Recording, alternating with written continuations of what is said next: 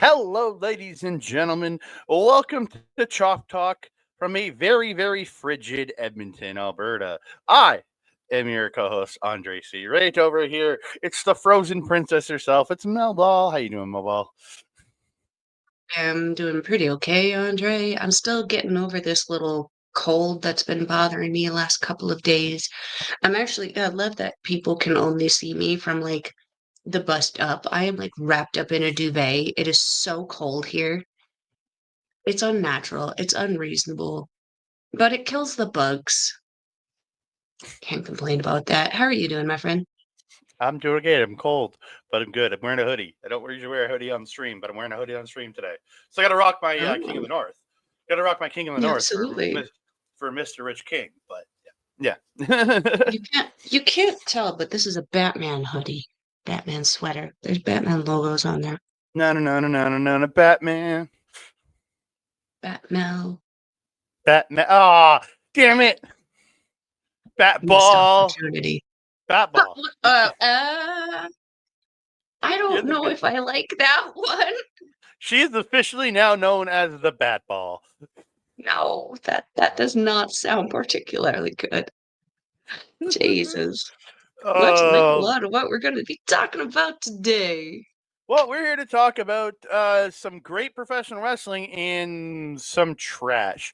Um, I'm bringing the trash back, and I, I'll say this: I'd rather watch TFA than something that we watched on this past show. I'll say that. And I'm not a particularly big TFA fan. I'd rather watch her. Yeah.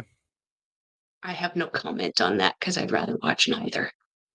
Yeah. Oh God, I don't want to watch, but if I had a choice, if I was being forced to, I would pick TFA because at least it can be entertaining in some way.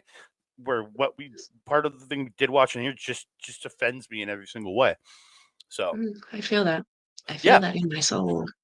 So we're gonna get in. We're gonna talk some RCW New Year's Legacy, but before we do that, I want to talk about Shred-A-Mania, ladies and gentlemen. I've got to give Rich a shout out where I can before Shred-A-Mania starts Absolutely. February 5th, 2025. Shred-A-Mania begins. It is an online training program from one Rich King, the master wrestler that he is. He's also a personal trainer. So check out if you are looking to get in shape. It's a $20 a week course, and you can be entered your chance to win $500 at the end of it. So you can get your money back plus more. So check it out. Shred-A-Mania at rkathletics.ca. Got a little video for you. Get open the microphone. Where's I'm your touching. finger? I went through. We're tip. I had to go through to tip touch. He went through the void. I went through the void. Got a little video I want to play for y'all, so indulge us here for the Shred-A-Mania video. Is your goal this year to lose a little bit of weight again, but you struggle with knowing what to do in the gym, in the kitchen, or you need an extra kick in the ass to get on track?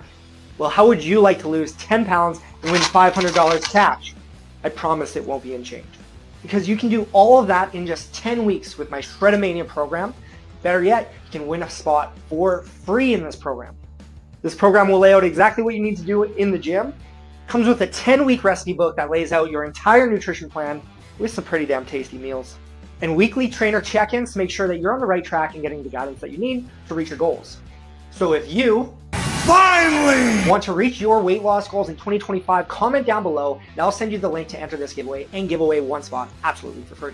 If you smell what RK Athletics is cooking. Shred-A-Mania, ladies and gentlemen. Do not comment down below. Go to rkathletics.ca. I pulled that from his Instagram. Go to rkathletics.ca. Get in contact with him if you want to join the Shred-A-Mania program. Joining myself and our friend Nathan Bissett, the birthday boy, as this record and comes out today. The birthday boy Nathan Bissett. We will both be part of the Shred-A-Mania program. So please come check that out. But yeah, it starts February 5th, so get in contact with Rich King at rkathletics.ca or through social medias if you want to be involved in that. But That being said, let's get into RCW New Year's Legacy from the Hungarian Cultural Center, Mel's favorite venue in all of Edmonton. You know, I'm just gonna start off the year strong here. The Norwood Legion, it's got great parking. It's not congested. It's in a good area. There's lots of public transport for the people in the area to get to the venue. This venue is the worst fracking venue. It is not close to any kind of public transport. The parking lot that they have, most of it is taken up by the trailer and fracking truck that drove the ring. So we witnessed an accident in the parking lot on the way after the show. You were inside doing something, talking with people. We were all outside smoking, and we saw someone back into another vehicle. Like, there was just the disorganization of this little place. The stairs, you could die falling down, and this time you had to walk up and down them. You had Well, to go in. We went in the side door instead of the front door this time, even the which front door had those, stairs. Even the front door had yeah, a bunch but of it stairs. didn't have a lip That's going true. into and out of the fracking door. It didn't have an unnecessarily steep amount of stairs. I didn't fall on them this time, though. The last time I was at this place, I fell down twice. I will say this, though, this venue was a lot more packed than it was last time, which isn't saying much because you can't fit a lot of chairs in there. Yeah, they're pulling out more chairs as the show was getting closer to showtime, and they packed them in. So Mhm. yeah, I'd say Yeah, probably but about I like hate the venue in general. It's just not a great venue. There's not, the lights are hanging too low. It impedes the guys and girls from doing their stuff properly. It was warm though. I will say this, given how it was in the summertime when it was during that heat wave and there was like, I couldn't stand to be in there because it felt like it was a sauna. It was actually quite comfortable considering how cold out it was. So I'll give it that. And yeah. the what am I trying to say? Refreshments weren't a problem also. We ran out of water in the middle of a heat wave during the summer, whereas we Oh, had beer, we had everything, we had food, we had snacks. You guys got jerky. Like, there was a good amount of stuff there. yeah, the best part of concessions was not even the concession stand. It was the booth set up behind us on the opposite side from concessions, where they had the jerk, where they had this guy selling jerky and popcorn. Oh my god, the jerky was Mhm. so good. I want him to come to every RCW show and sell jerky. I will buy jerky from him at every RCW show if he brings it. I mean, it So, is a really nice little snack, and why not? I mean, it was set up at the merch booth. Why the frick not? yeah, I got the second hottest jerky, and it was spicy as hell, and it was perfection. Oh, it was so good. It was Yeah, I so know. good. I like to enjoy my stuff though. Some of the stuff that you get, I like spicy stuff, but I also like to feel my fracking face, dude.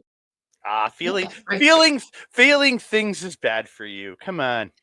Yeah. Feeling feelings is bad for you, but feeling my face when I'm trying to eat so I don't eat my tongue, yeah, that could be Eh, beneficial to me. eh, that's overrated. Feeling your tongue is Anyway, overrated. rude. Let's get Rude. into it. We kick it off. I had to edit it this time You because it did was pretty good originally though. supposed to You be can barely Weston King. Christian Star back there. That's true. It was supposed to be Christian Starr, but we get the unnatural Ali. That was the name they gave him. Versus Weston King with his manager Gussie Jones. Gotta love a good Gussie Jones. Gussie coming out, interrupting the ring announcer, and doing the very long Yano-like intro for one Weston King. He has a lot of accolades to his name now. He's doing a lot. Ali out. He's got these teal tights, and he has a yellow boot and a brown boot. I wasn't sure about the gear, but I thought he was very good in this match. I agree. Yeah. I agree. Gussie early on, Weston gets knocked to the other side, and Gussie makes this familiar looking random British dude get out of his Oh, seat yeah. and give King his chair. I laughed so hard at that. The disrespect. I did enjoy how these two worked pretty well together here. Ali showing some really good stuff, fire here. His snapmare and kick and everything looks really. Snapmare and PK looks really good. Snapmare chip and kick. I don't know why I wrote that. Oh, snapmare, then the chop and the kick. That's it. The chop and the kick. I was wondering why I wrote chip. But, and then he hits a jumping elbow for 2 again. He's really entertaining in his fire up spots. He's got good. He's got. Like, I'm not saying he's the most dynamic personality yet, but he's got personality, and I look forward to seeing how Ali develops that personality going forward. Again, he has a good personality to start with, so I look forward to how he evolves throughout, and I hope we do get to see him again. King reversing Ali at one point. He has a beautiful torture rack bomb. Looked really good. Ali goes for an inside cradle for 2. Does not, only gets 2. Then he misses the big boot, and King captures him with that full Nelson slam for the win. I actually took a few notes on this one. I'm surprised with myself. I remember. I know, right? I've been on top of it a little bit in the last couple of months. The Gussie coming out to announce Weston coming out in the Yano-esque style was hilariously adorable. I loved it. I hope that's a thing that they're starting this year. As you mentioned, like Ali is pretty crisp, pretty good. He's got the fundamentals down really good. His arm drags were actually like something I noted as being just absolute perfection. So yeah, he's doing very, very good. I really liked how they were playing Gussie in this one where he was getting involved quite a bit and grabbing the boot of Ali quite a bit throughout the match. There was one point where he did it, and I wrote Gussie constantly distracting Ali, grabbing his feet and hitting Ali while Weston was distracted by the ref. It's just some great manager work here, and I've been really happy to see the manager work in the last year. That's been kind of coming along. It's been slow progress, but it's been progress nonetheless that we're seeing the fruits of our labor for, because man, this was the perfect kind of manager partner interaction, and it still put over Ali really, really well. There was one point where King missed the hip attack and a senton. Ali followed up with a senton. And then there was a running uppercut, European uppercut, followed by a forearm in the corner by Ali that looked really, really solid, really crisp. I thought this was a good opener. I felt that as a first introduction to Ali, this was a good one. This was a good one. We know Weston King is Weston King. We love Weston King, but hate him at the same time. It's a love-hate relationship. And the thing is, we love Gussie, we hate Weston, and it just works. All the love hate right there. We hate Weston in the right way. That's the thing. We hate Weston in the way we like it, in the way that we love. We do truly like Weston, but we love to hate the guy, and it's just that dang good. So Slammer came out next, cuts a promo about wanting to become the new North American champion, and I'm like, no, that cannot happen. That you do not take away Mitch's championship. No. So Mitch King makes his way out to the ring. Yes, these are my custom-made graphics now. I think I did an okay job. Slammer makes his way. Oh, this is so awkward. I have such short fingers. There we go. I came all the way through for it too. Through the body. Mitch comes out with the greatest entrance of all time, ripping off the pants, and Slammer does lariats him from behind to start the match. Again, beautiful Northern Lights suplex by Mitch, delayed vertical suplex, and Slammer rolling out the ring as we're yelling, "Eat shit, Slammer," and he's telling us all to go to hell and that we eat shit. And again, that's become one of my favorite things about Slammer is yelling "Eat shit, Slammer" to Slammer. That's become my favorite thing about Slammer matches. I'm glad that we can say that. Yeah, if there's a favorite thing about a Slammer match. Slammers doing these moves, and I start chanting, "Those aren't slams," and then everybody else joins in. "Those aren't slams. That's not a slam." Or something like that, and it's just, and you can see him getting so irate with it. He gets a Cobra Clutch into a Ripcord Lariat for 2. Mitch is fighting back, and Slammer finally hits a power slam, and we all go, "That was a slam. That was a slam." And you can see him getting. I need to stop sitting with you guys. No, you need to sit with us more and join in on the chants. No, I'm just minding my business, enjoying the show. I get dragged into this ish. Wasn't this? No. Was did Alyssa talk shit to Slammer when he was out in front of us? Oh no, I think it was later in the night. Yeah, it was later in the night. It was the next match. Oh, okay, that's what I know. She talked shit to somebody. Yeah. Again, I thought these two had a really good back and forth throughout the match. Both working really well. Mitch fighting off a choke slam at one point. The Slammer fights back. It's a lariat on the ropes, but Mitch just come back with a beautiful dragon suplex. Love that dragon suplex. He gets the exploder out of the corner, only gets 2. Slammer fights back, getting a choke slam, but he only gets 2. The end of this match comes. Slammer goes for the F5000, but Mitch gets off the shoulder, picks him up. Spindly Bindly Ludwig Van Driver for the win. Yes.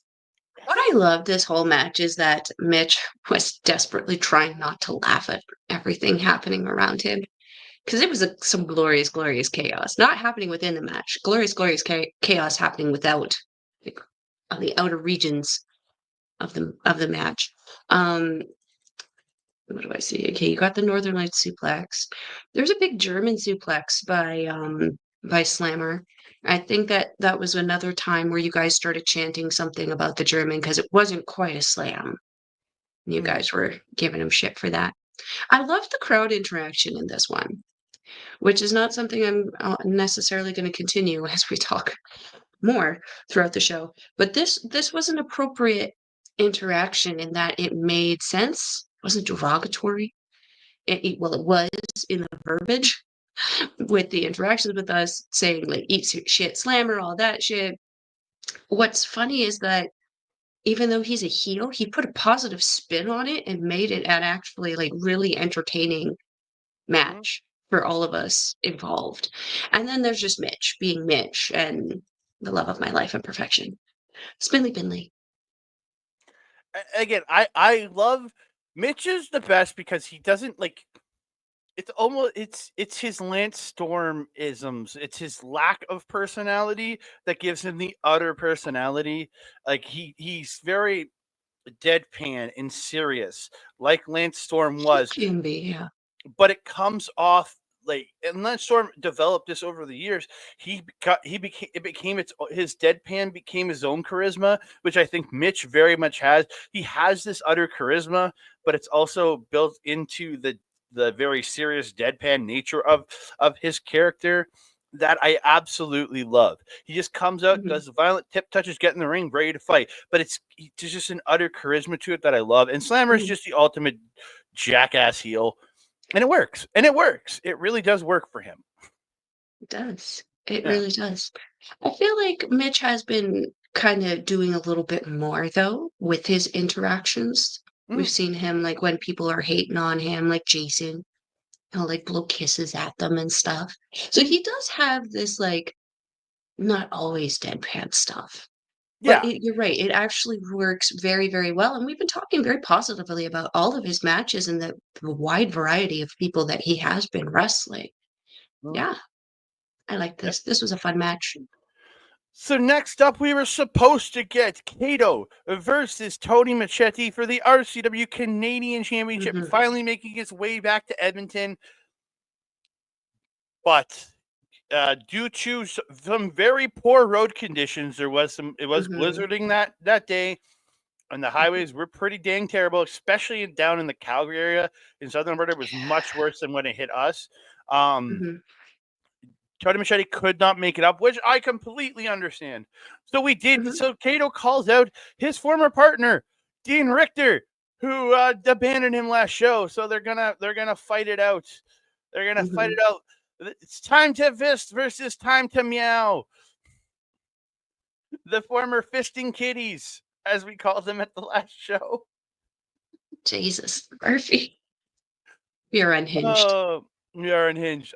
Dean using his fists in every which way. Those just his forearm fist, his beautiful crossbody off the top by Kato, or as I wrote, K-Row. Again, I have fat thumbs and I have a small keyboard. on my phone. And it hit the follows with a splash for 2. Again, I thought these two, Dean getting that lariat in the corner, or the boot in the corner, and then runs back across, stands up, does the fist raise, and then runs back, hitting that hesitation drop kick. I love it. I love it. I love it. Dean comes out of the ring yelling, and he starts yelling at our corner, and this is where Alyssa calls him boring, and he goes, "No, you're boring." Oh yeah, no, he was right in her face too. It was great. It was so funny. I think she was expecting us to back her up, but we're like, no, we don't agree with your statement. We don't find him boring at all. I think Dean is like, again, it's very much, again, that same Lance Storm style, very serious nature that, and is just turned into this and it's evolved, but it's evolved into this incredible, like, just charisma of just like how this the looks. It was deadpan early, but then he's really evolved it out of that too. And it just, I don't know if it was intentionally deadpan though. I think he just genuinely didn't know what to do with the character. but I it's think we've become watched him come into this confident, kind of arrogant character that's a lot more chatty. And I like it because it makes people uncomfortable. It's the era. He's entered his fisting era. That's what it is. He's There you entered his go. fisting era. Yeah, that's what it is. Enter the fist. He's entered the fist. Kato getting this beautiful stunner, and then the assisted rope walk. Oh, face stunner. But Dean fists out at 2, as I wrote. Oh, Lord have mercy. Kato goes back up, goes to the splash, but Dean gets the knee fists up. Dean fist slams Kato, goes up, hits the flying fist butt, or the head butt if you're nasty, but again, only gets 2. He hits a seismic fist driver, the seismic fist driver slipped out into a sliced bread attempt by Kato, but gets reversed into the seismic fist driver for the win.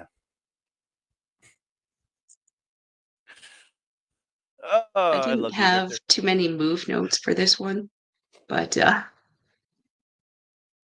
I enjoyed the interaction and the work that was happening in this one, especially because like Kato is also a bit of a crowd favorite. Kind of, even when he's a heel, people are still cheering for him. It's adorable. I like that. I love that Kato has this like very interestingly different entrance look where he comes in with the big tiger head now. And then he's got the tail still. Yes. I love it. It's such a fun joy to watch, especially when you put him in with someone who's evolving like Dean Richtor here. So yeah, this was a really fun match. It helped kind of continue the good times that we kind of started from the first couple of matches. And then we went into craziness in the next match. But it was a good story. Even the next match wasn't too bad, because again, there's still some entertaining parts to it. We go on to a tag team match. It is Team Barricade.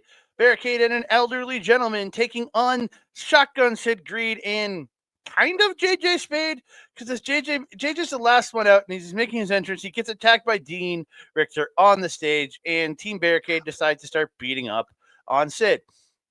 Dean tosses JJ off the stage onto the concession stand. This thump right onto the counter, then falls to the floor. Looked brutal. And they spent a lot of time beating up on Sid in this match. The best parts of this, though, was Barricade. And that is 100% due to his maniacal laughter as he's choking. He's just going insane. I swear to God, Barricade is becoming a supervillain.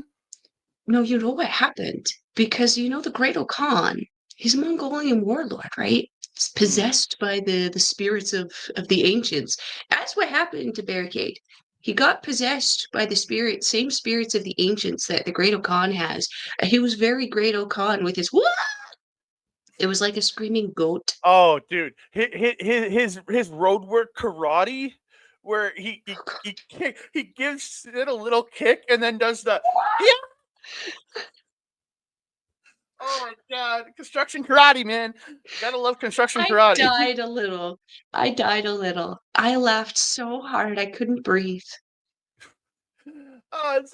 Sid fight. It turns into the match. Sid fights back, up kicks an elderly gentleman, going for the headbutt to his perineum, and he tags in JJ Spade. He starts running over everybody in the match, taking everybody down. He tosses the elderly man out of the ring.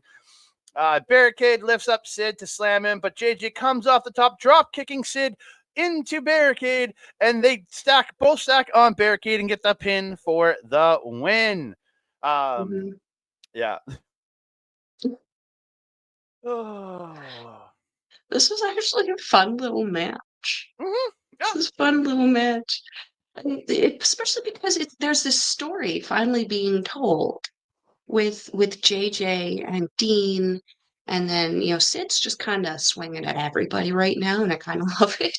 Mm-hmm. But like the little story that was told here with that setup with Dean and JJ, I appreciate it a lot because it's been the one complaint I've had about this company for since we've started reviewing it, is that there's just not a consistent story. This has actually gone on for a good solid month and a half now, almost 2 months.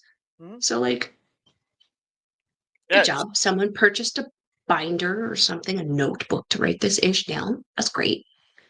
The only thing I had to add to that from notes was that there was one point where it's the elderly gentleman. Is that what we're calling him now? That's what I'm calling him, the elderly gentleman. Okay. He pulled out his tiny dick wrench from his boot and hit Sid in the head with it a few times. Put it back in his boot. Yeah. That's all I got to say on this one. I just kind of sat and enjoyed it and was more concerned about where JJ was for most of the match. And also Sid getting his shit wrecked. But I feel like Sid kind of likes it. Yeah. And after the match, Dean attacks both Sid and JJ on the stage, hits the rolling forearm fist to JJ, and a seismic fist driver on the stage. He says, "It's not over between us. You owe me for costing me the title. If we ever meet again, you will lose." And he starts saying you are going to lose no matter ever. He's going to cause, pretty much he's saying he's going to cause JJ every match going forward.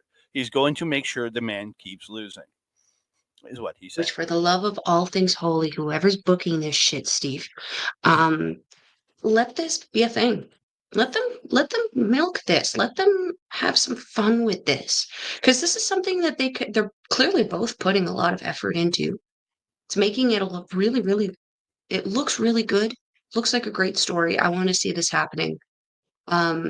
We've got 2 matches kind of happening in the Edmonton area next week.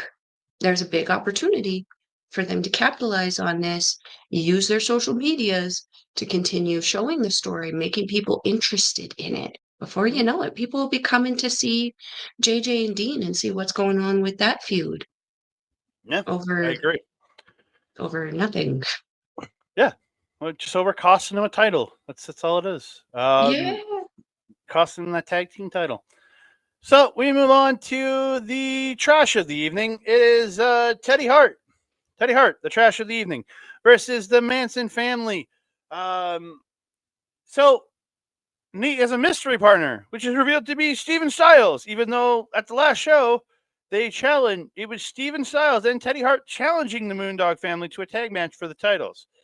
So there was no mystery here. Here's what I think happened here is that Tweedledee and Tweedledum thought because they were going to a different area in Edmonton that the Edmonton fans weren't going to come to the Hungarian Legion. Unfortunately, we did.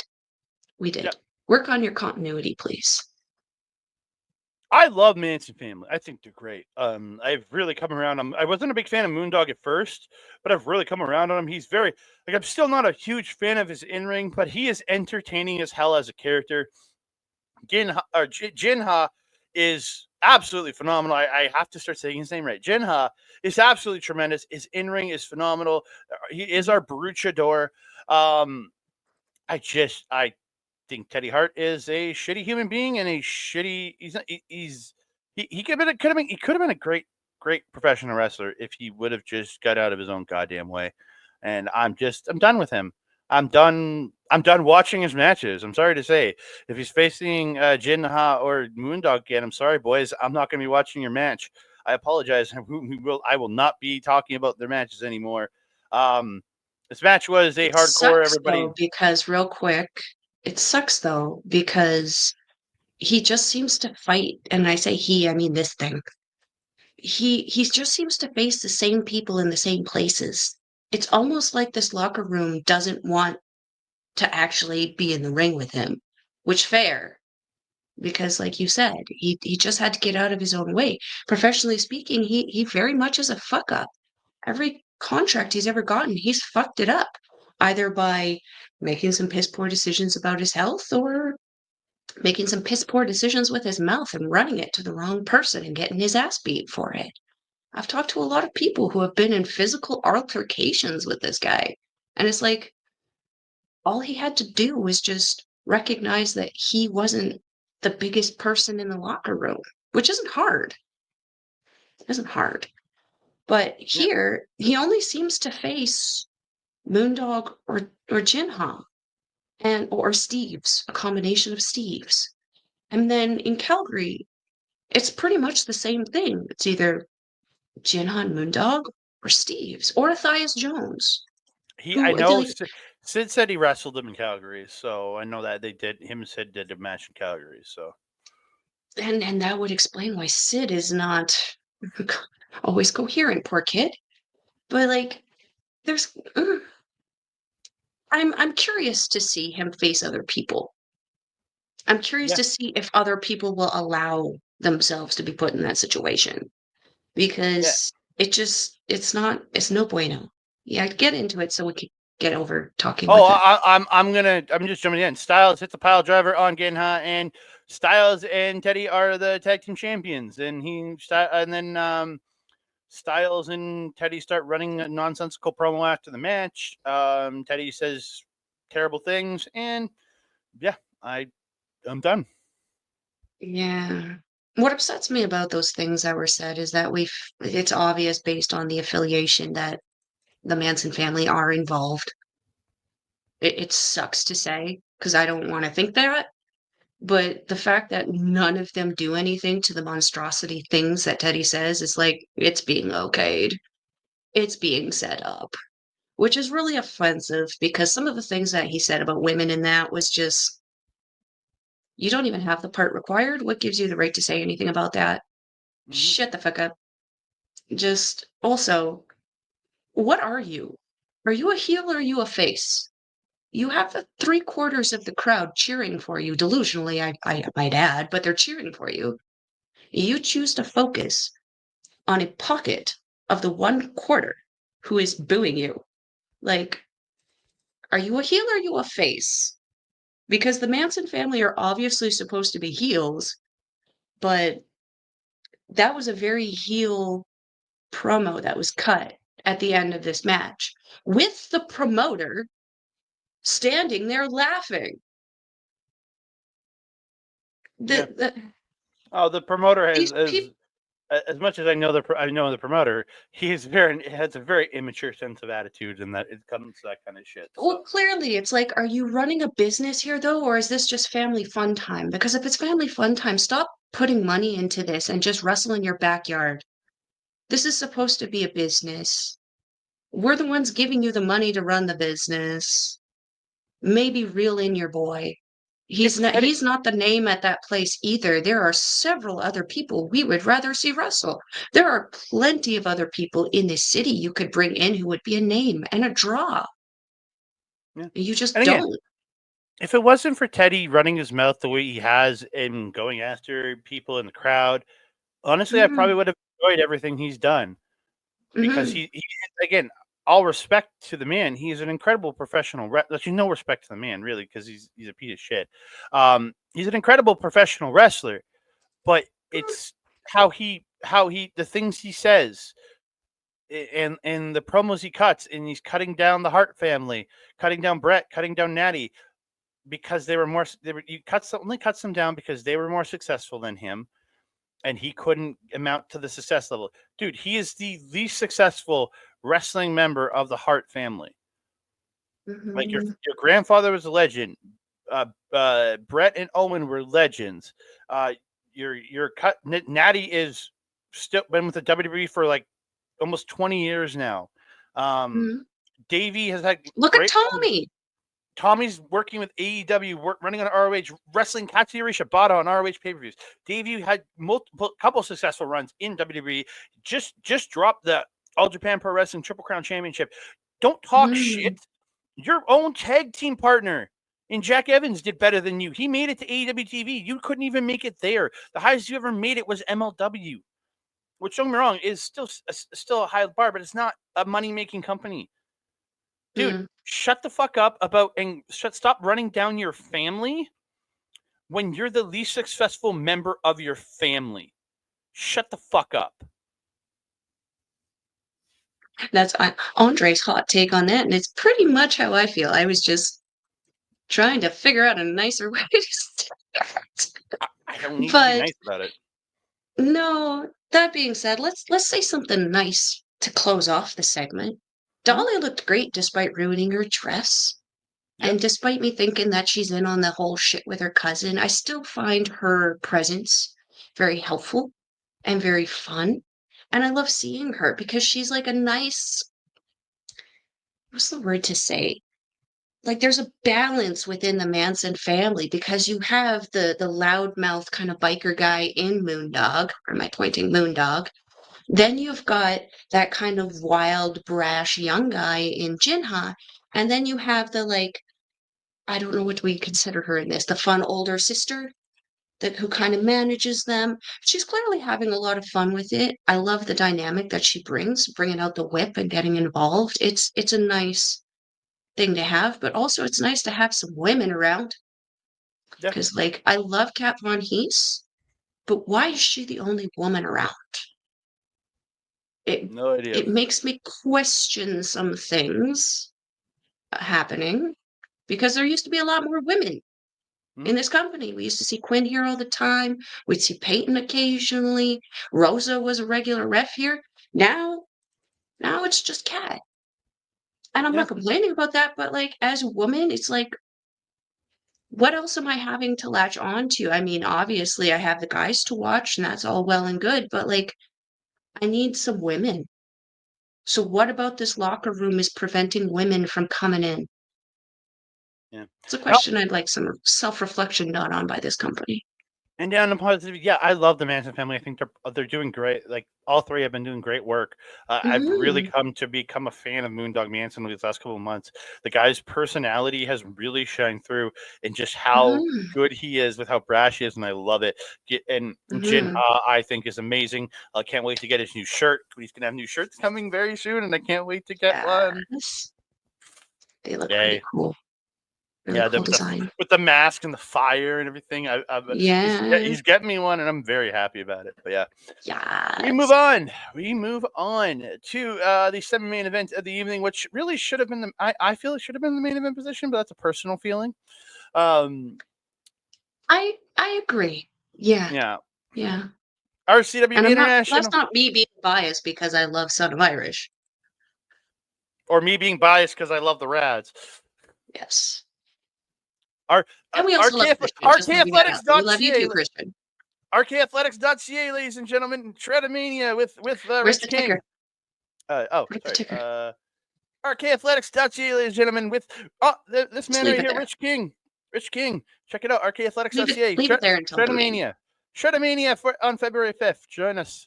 Join us. So join the horde. This match was great. We have the Radz, T.Y. Jackson, Rich King defending their titles against Son of Irish and Christian Starr. Starr with the head scissors, and then follows up with that springboard head scissors on T.Y. for 2. Again, great stuff. Rich getting his schoolboy roll through into the tips up suplex on Soy Boy for 2. I love it. Starr busting out that sling blade in this match. Gotta love a good sling blade. When somebody hits a sling blade well, I very much enjoy it. Or if somebody hits it very, very poorly, I also enjoy it. When it's done very, very bad or done very, very well. Just different loves for it. I might, because if somebody has a really bad sling blade, you just Who's laugh. done a really bad one though? I haven't recalled anybody who's done one recently. Oh no, not here, not here. Just I've seen it on other in other wrestling people trying to do it, Okay. and it just looks so bad. Oh. Why would Yes. we make fun of that? If you're already there, you should be able to do the sling blade. Why do you make fun of it being bad? You should be mad. I love it when it's done. It just when somebody does it like, it's like okay, you did a sling blade. When people do it like and mess it up completely, it's so good. And when people hit it with such crispness, like Starr, like Soy Boy, like Tony Machete, it's just absolutely beautiful. Beautiful final cut moonsault combination by the Radz to Starr for 2. Again, Rich getting his final beat, DDT to Soy Boy, and then hits Starr with a beautiful cradle shock, or as Mel would know it, the Miramare shock for 2. Starr hitting the suicide dives to TYO once it comes right back in across onto Rich on our side of the ring. It was great. Starr gets a standing Spanish fly, and Rich coming down pretty awkwardly there. I know he's okay. He's okay. It was a scary spot. The end of the match comes. Starr and Son of Irish are fighting, and Soy Boy gets shoved out of the ring by Starr. Rich catches him with an 867 driver, and TY with the swanton off the top, and the Radz retain their titles. After the match, the Radz leaves, leaving Starr in the ring. This is where Soy comes back in, hits a knee to the back of the head of Starr, who's on his knees, hits a Tiger Bomb, and then hits another Tiger Bomb, goes out, comes back in, goes for a third Tiger Bomb, and one of the guys started yelling something at him, and he just was it Adam? What is it? What? It was Adam, right? It was like and it was like the 3 amigos, but he was like saying the 3 friends or something like that. 3 close friends. The 3 Irish something. Oh, and yeah, Soy looked at Adam with disgust from him saying that, and just took Starr and just pushed him down the mat and left out of like pure disgust for the comment. The 3 Irish drinking buddies or something. I don't remember what it was. It was friends. I just said friends. Yeah, it was Irish friends. He was saying the 3 Irish friends because 3 amigos, and amigos are friends. Okay. Remember, Adam is actually one of our smart friends. Yeah, sure. I don't think there's any smart friends in our group, but okay. Including myself. Rude. Well, you're the smartest of us all. We can revert back to the last match to talk about why that would be a problem. Anyway, okay, yeah, the springboard head scissors by Starr, fracking cool. There was an inverted atomic drop into a bulldog by the Radz. Is that your inverted atomic drop, which is the atomic drop when they're facing you, then they turn them around into a regular atomic drop where they're facing away, then into the bulldog by the Radz. Yeah, freaking cool. So that's why. So Irish given some major attitude in this one, really healing it up as he has been for the last year.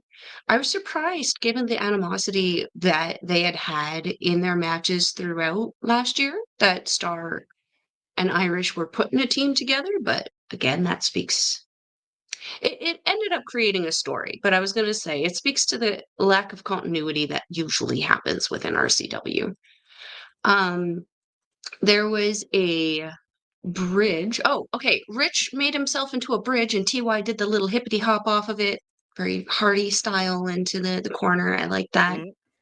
The double curb stomp, which you mentioned, very, very cool.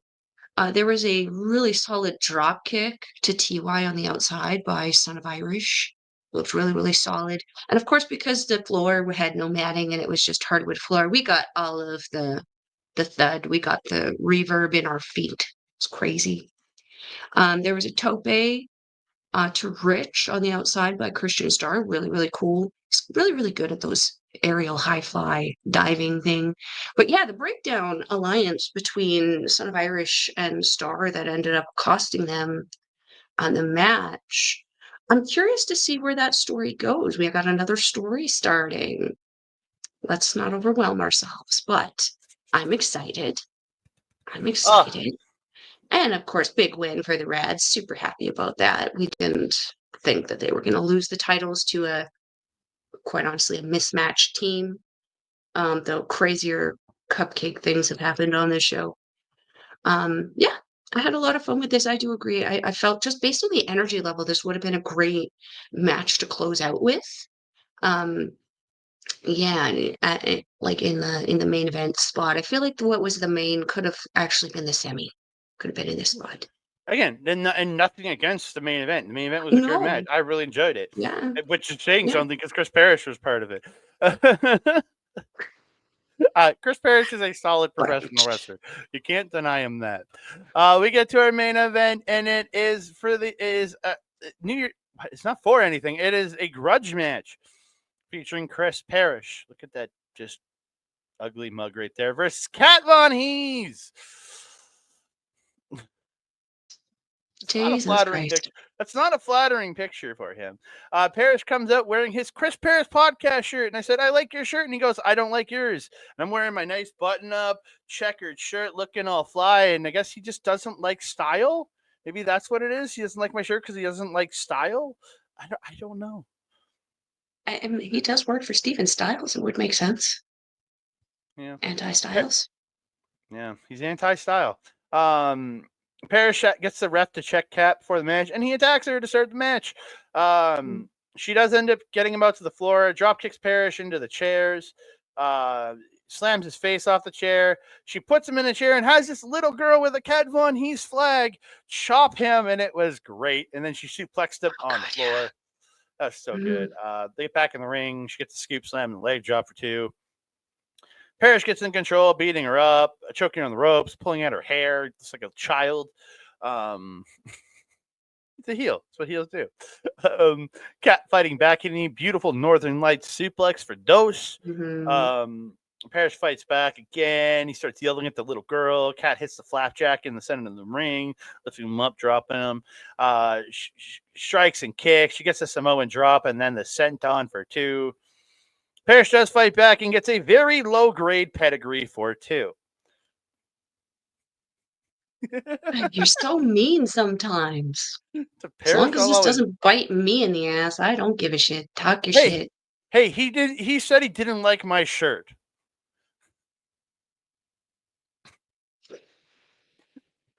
Parrish gets a chair, removes the turnbuckle, while the ref takes the chair away. Kat hits a splash off the top, hits Angel's wings. Parrish gets a foot on the ropes. Kat grabs the chair. She goes to hit Parrish, but the ref takes it away, and Parrish then runs Kat into the exposed turnbuckle when the ref is distracted, and he hits the parachute for the win, sadly. For those of people who don't know, can you explain them what the parachute is? It's a snapmare or inverted snapmare driver. There you go. If you got a person like backwards, like if you're gonna fall with a neck breaker, then you go forward, driving the back of their head into the mat. It's really weird to explain. Well, like you have to for the sake of the viewers. So, who's the guy? The guy who had the train of people coming out with them, and some of the people. Adam Rose used to use this little variation with the face forward. It's called the party foul, and he would fall forward, driving the face in the mat. Parrish is just reversed with driving the back of the head into the mat. So think of the Adam Rose's party foul, but it just reversed. But yeah. There you go. Perfect. Thank you, sir. Yeah. After the match, I don't have a whole lot. Oh, sorry. Go ahead. Say after the match, Kat gets the chair. Hits Parrish in the gut, then in the back. She applies a sharpshooter as everybody cheers because Parrish is getting in it. Is put the sharpshooter. Oh, I mean, I was clapping for him. I don't know. I was clapping for everybody at this point because I just wanted to go home. This was a fun match, though. Again, it was a solid match. It just my thing is it didn't have the energy that the match before it had, which is why I thought that it would be a good idea to have the tag match be the main, but also it was for something. It was for the titles. You kind of want to have your big pop off match be. That being said, Kat and Parrish have been kind of amping up this little bit of animosity kind of going into this. So, we got another story kind of going on here.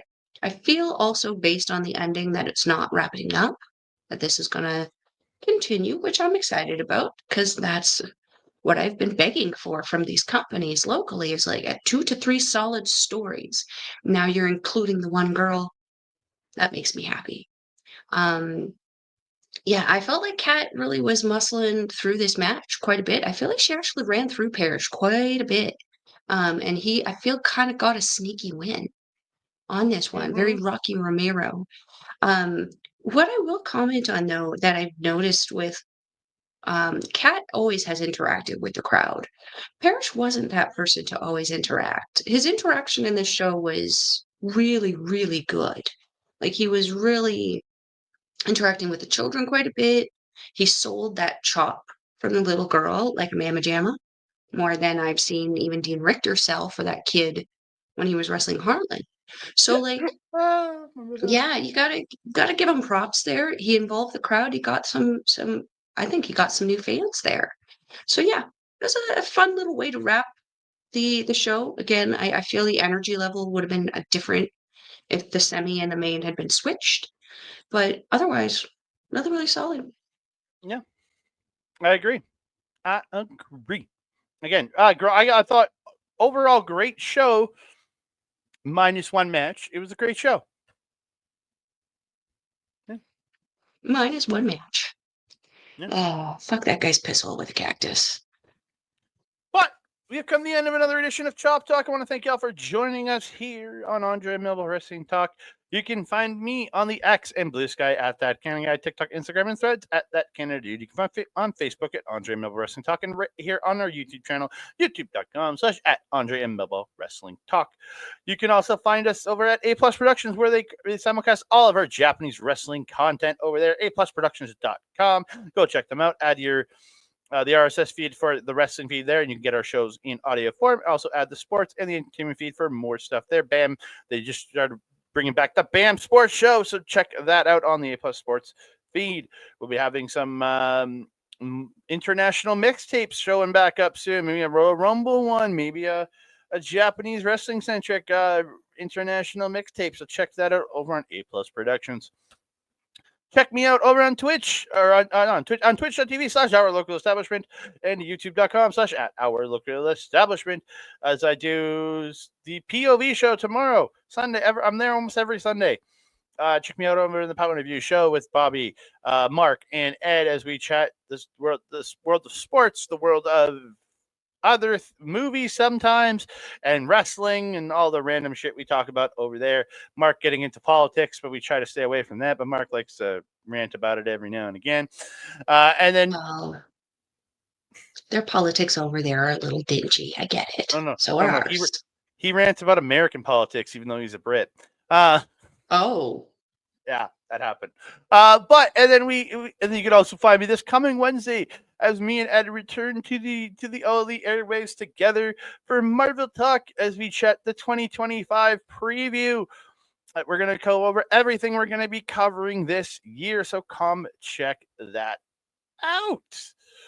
Also, I'm going to shout out Mike the Ref over at Backbreaker Video. I want to thank you so very, very much, sir, for supporting us and simulcasting all of our stuff over there.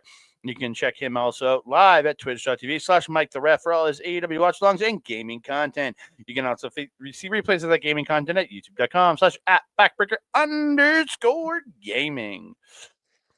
Melball, where might they find you at? Oh, minding my business. But otherwise, do you want me to give out your address? Do you want me to give out your address so they can find you? Don't you fracking dare. There's a reason why I don't have people over in my house. Stay the fuck away.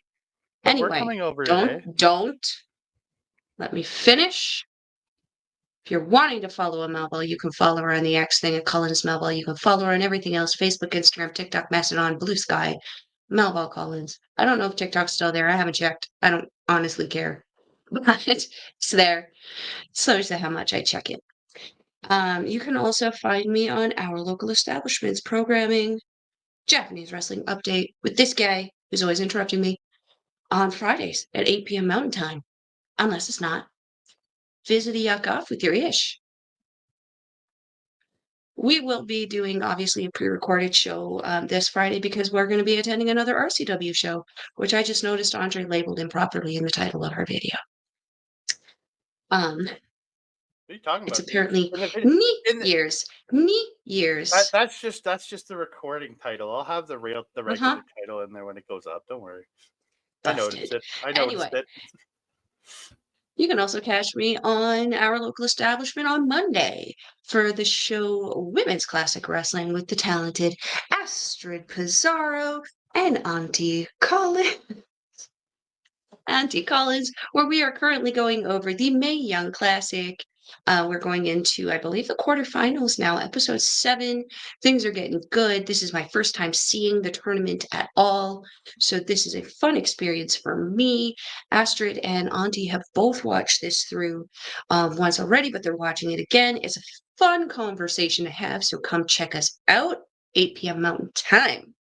What else? You can also catch me on the on the Honor Ramble on Thursdays because I'm starting another show there too. I'm joining the crew of the Honor Ramble, watching Ring of Honor post-show. Usually starts about 8:15 p.m. Mountain Time, and I'm joining Auntie Collins and Kyle Sparks, where we are talking all about Ring of Honor and what crazy cupcakes chaos has happened there. If you thought RCW was crazy, better watch the more successful version of Ring of Honor. That's just as kooky. You can also catch me on Astrid Pizarro's YouTube channel where we do our show, Ladies Wrestling Showcase. We have an episode coming out very soon. We're getting our stuff in order. We're fixing a recording date because live is hard. But stay tuned to our socials to find out when that is coming out. If you're wanting to watch RCW Wrestling and join the Horde, you can go to their Facebook page, Real Canadian Wrestling, where you can also get a link to their Eventbrite to purchase tickets, or where you can start getting to know the wrestlers and the promoter, and maybe see if you can get tickets directly through them instead of paying the extra fees for the Eventbrite. Mm-hmm. Is that everything? I think that's everything. Andre, my trusted friend and colleague, do you have anything else to say? Huh? Love of my life. It's the Alex. I miss the Alex. Where has he been? I'm not sure, but I want him back. That's for sure. Hashtag we want the Alex. Just hashtag like we come want back Nina. Alex. Hashtag come back Alex. Hashtag AA. Aqua Adventure. Is that what they were called? Aqua Adventure.